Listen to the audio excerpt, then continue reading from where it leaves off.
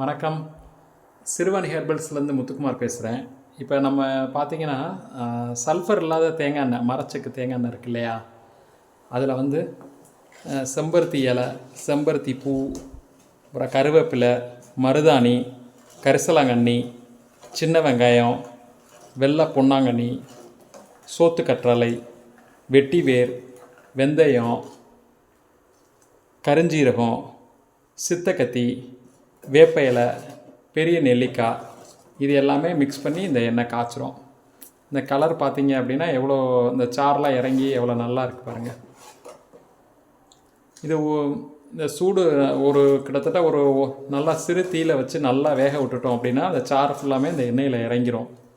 அப்புறம் ஒரு நாள் வந்து அப்படியே வச்சிடணும். நம்ம வச்சுட்டு ஒரு நாள் கழித்து நீங்கள் அதை வந்து அந்த சக்கை எல்லாமே பிழிஞ்சு எடுத்துகிட்டு நம்ம இதில் ஊற்றி வச்சுக்கிட்டோம் அப்படின்னா இது நல்லா இருக்குது.